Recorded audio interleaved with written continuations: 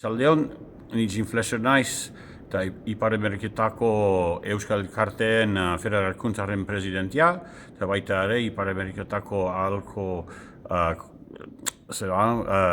ordezkaria naiz, eta hemen nago, hemen izan naiz, eta kongresua parte hartzeko, mundu guziko batzara, Euskaldun Elkarteen batzara,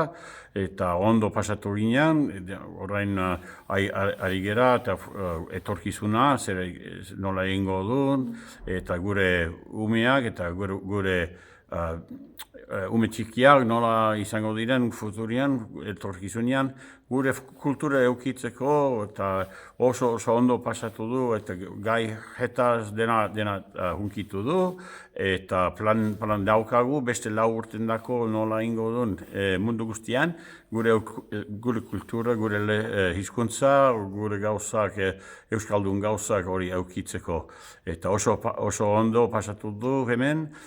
beste kongresuan bezain ondo pasatu, eta eskerrik asko deneri eta parte hartzaile guziei.